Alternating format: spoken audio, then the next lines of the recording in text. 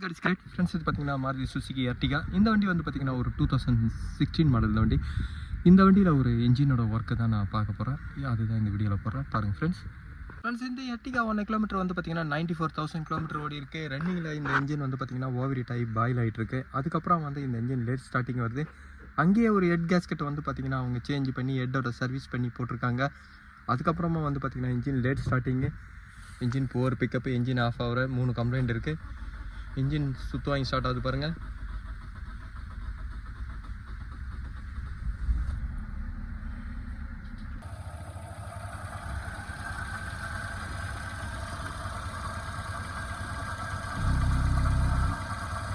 Friends இதுதான் இதோட complaint. இப்போ இந்த வண்டிக்கு வந்து பார்த்திங்கன்னா நான் இன்ஜினை டவுன் பண்ணுறேன். ஏன்னா இந்த இன்ஜின் வண்டி வந்து பார்த்திங்கன்னா லாங்கில் போகும்பொழுது அந்த கம்ப்ளைண்ட் ஆகிடுச்சு. அந்த கம்ப்ளைண்ட் ஆனதுனால அவங்க ஹெட் கேஸ்கெட் மட்டும் சேஞ்ச் பண்ணியிருக்காங்க. இருந்தாலும் போர் வந்து வீக் ஆகுது, ஆயில் சாப்பிடுது அப்படின்னு கம்ப்ளைண்ட் சொல்லியிருக்காங்க.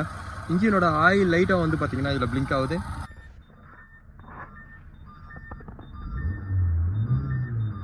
இந்த கம்ப்ளைண்ட் தான் இருக்குது இதில். ஃப்ரெண்ட்ஸ் என்ஜினை ஸ்டார்ட் பண்ணும்போது என்ஜினோட ஆயிலே வந்து பார்த்திங்கன்னா வரவே இல்லை பாருங்கள். இதனால தான் இன்ஜினோட ஆயில் லைட்டாக வந்து பார்த்திங்கன்னா பிளிங்க் ஆகிட்டு இருக்கும். இப்போ இன்ஜினை உடனே நான் ஆஃப் பண்ணுறேன்.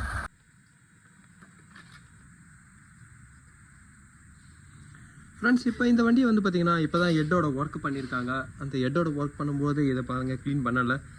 இந்த மாதிரி ஒரு சின்ன சின்ன விஷயங்கள் சரியாக பண்ணலைன்னும் பொழுது வந்து பார்த்திங்கன்னா அங்கே லேட் ஸ்டார்டிங் வரும். இந்த வண்டியோட லேட் ஸ்டார்டிங்கோட கம்ப்ளைண்ட்டாக வந்து பார்த்திங்கன்னா இதனால தான் வந்திருக்கும்.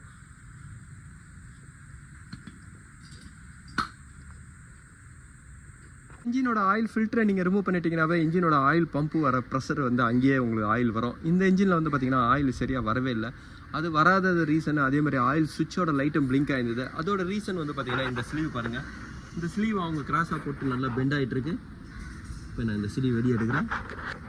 இந்த ஸ்லீவ் வந்து பார்த்திங்கன்னா ஒரு ஆயில் சர்க்குலேஷனுக்கு வர ஸ்லீவு. இந்த ஸ்லீவ் வந்து ஒரு கைடர் தான்.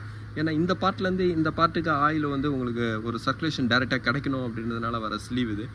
அந்த மாதிரி ஸ்லீவ் வந்து ஒரு பெண்ட் ஆனதுனால அந்த இடத்துல சீட்டிங்கே ஆகலை. சீட்டிங் ஆகாதனால தான் வந்து பார்த்திங்கன்னா உங்களுக்கு ஆயிலோட சர்க்குலேஷன் எல்லாமே உங்களுக்கு அஃபெக்ட் ஆகிடுச்சு.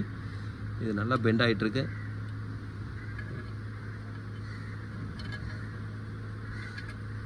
ஃப்ரெண்ட்ஸ் இதனால தான் இந்த இன்ஜினோட ஆயில் லைட்டாக வந்து பார்த்திங்கன்னா பிளிங்க் ஆகிருந்தது. இந்த இன்ஜின் வந்து பார்த்திங்கன்னா இப்போ தான் அவங்க ஹெட்டை சர்வீஸ் பண்ணியிருக்காங்க. இதோட ஸ்டெய்னரையும் வந்து பார்த்திங்கன்னா அவங்க டேமேஜ் பண்ணிட்டுக்கிறாங்க பாருங்கள். இந்த ரீசன்னால தான் இதோட ஆயில் சர்க்குலேஷனே கிடைக்கவே இல்லை இந்த இன்ஜினில். இந்த எர்டிகா இன்ஜின் வந்து பார்த்திங்கன்னா ஃபுல்லாக டிஸ்மேண்டிங் பண்ணிட்டேன். இதுக்கப்புறம் இந்த எர்டிகாவோட இன்ஜின் மெஷின் ஷாப்புக்கு போயிட்டு வந்ததுக்கப்புறம் இதோட அசம்பிள் ஒர்க்கை நான் பண்ணுறேன்.